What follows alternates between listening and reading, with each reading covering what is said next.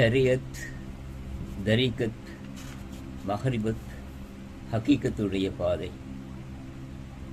மஹரிபத்துடைய சமுத்திரத்தில் ஆழ்ந்தவராகவும் தஷோபிட் கமாலித்தி உடையவராகவும் இருந்த மகானாகிய ஷேக் அப்துல் காதிர் ஜீலானி அவர்கள் விளங்கினார்கள். அடுத்து அவர்களின் வரலாற்றை சதா காலமும் பாராயணம் செய்து கொண்டும் இருப்பது அவசியமாகும்.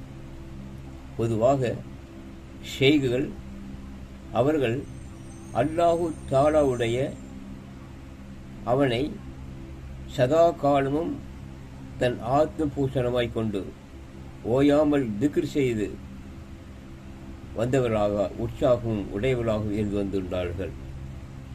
இஸ்லாமிய உலகத்தில் மக்களாகிய முஸ்லிம்களுக்கு ஷேக் அப்துல் காதிருடைய திருநாமத்தை சொல்லுவதில் ஒரு உற்சாகமும் இன்பமும் இருந்து வருகின்றது.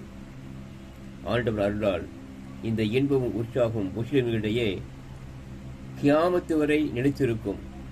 மேலும் அவருடைய கீர்த்தி பிரதாமும் என்றென்றும் ஓங்கி வருமாக.